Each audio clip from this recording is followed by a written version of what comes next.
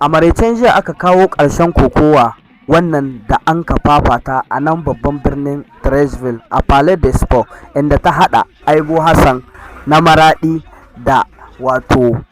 Tsahiru ɗan Abduga wato mai lele. Ga nan inda karon bai zo ma ɗan Abduga da daɗi ba, inda Aibo Hassan tuni bata ɓata lokaci ba ya kada Tsahiru mai lele, sai an kaje gaba inda karo na gaba kai an sha gumurzu a wannan hili, inda ta haɗa kuma Zakiru Zakari da wato ainihin Lawali ɗan Tambai. Kai kokowa shegiya ce. Ku kalli wannan bidiyo kuma ku yi abone a Baba Nijar domin sanin yadda kokowa ta zo daga farko har ta, inda wannan kokowa ta jiya ce wadda nake tabbatar muku da ban samu ni bibiliye ba, nace to zan zo muku da ita ta haka domin ku fahimce ni, inda Lawali ɗan Tambai da wato ainihin Zakiru Zakari an ka sha gumursu, amma daga ƙarshe Zakiru Zakari ya yi nasara gaban wato Lawali ɗan Tambai. Ga nan inda daga bisani kuma abin ya zo an ka tai gaba a tsarin kokowa, ko ɗan jihar ka ne mutum to za ka iya ka haɗu da shi, saboda kokowa haka ta zo kuma haka ta tsara. Insha Allahu bayan faduwar Lawali ɗan Tambai, Zakiru Zakari ya duka domin neman afuwa saboda kokowa ce. Daga bisani kuwa sai kokowa ta zo kuma ta haɗa wato Musa Ladama da wato ainihin Muhammadu Kumasi ɗan Cimbabatan, inda nan ma kuma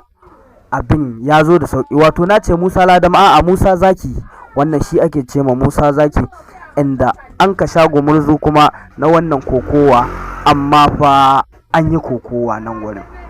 Wannan ita kokowa kaɗan ce daga cikin kokowa wadda an kai ta yara, wadda ita har yanzu ba a ƙare ta ba. Ina ganin kuma sai dai an san yadda an kai da ita. Wato a cewar shugabanninmu, wato Alhaji Ila na hayi lamba 10,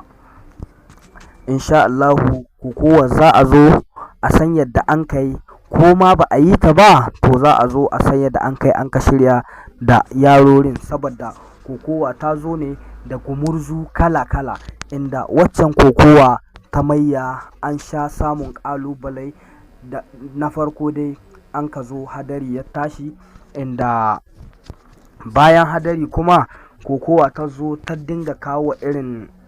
yawan cece kuce a al'amari. Kaga ta yadda Musa Zaki ya yi nasara akan Muhammadu Cimbabatan, tana nan kuma sai ta yi haɗi tsakanin Aminu Ibrahim da Karkandau Arzika, inda fa abin bai zo ma Karkandau Arzika da daɗi ba, amma ga yadda ta kaya,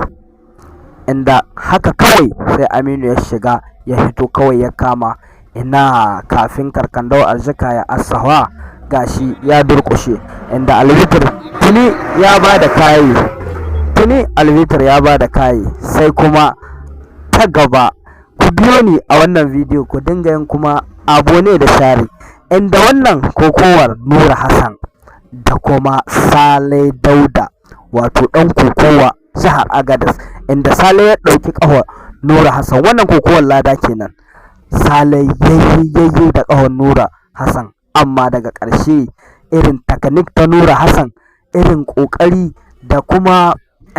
bawa aiki gaskiya. Kalli yadda ya ƙare da Sale Dauda, inda Nura ya zo yake kuwa yake ɗaga hannu, ina ma a ce ina cikin wannan kuf, amma malarizama kuf ne wanda ba tare da shi an ka buga ba. Ana nan sai ta zo kuma ta haɗa Aminu Ibrahim da kuma Aibo Hassan, inda Aminu Ibrahim ya so ya cira irin wannan kokowa da yake, kafin ya ankara ina Aibo ya zakkace shi, saboda Aibo ɗan kokowa ne wanda wallahi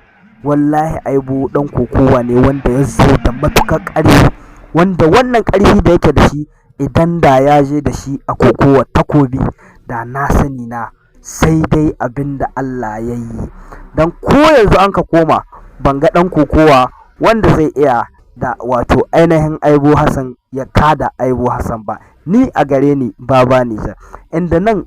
kokowa ce ta haɗa Zakiru Zakari, kuma kokowa ta final ce Zakiru Zakari da kuma Aibo Hassan na Maraɗi, inda Sportai ta Raɗi guda suna kowa sai Zakiru, waɗansu kuma suna kowa sai Aibo Hassan, inda an ka ɓata lokaci ana tattaunawa shin kokowar za ta samu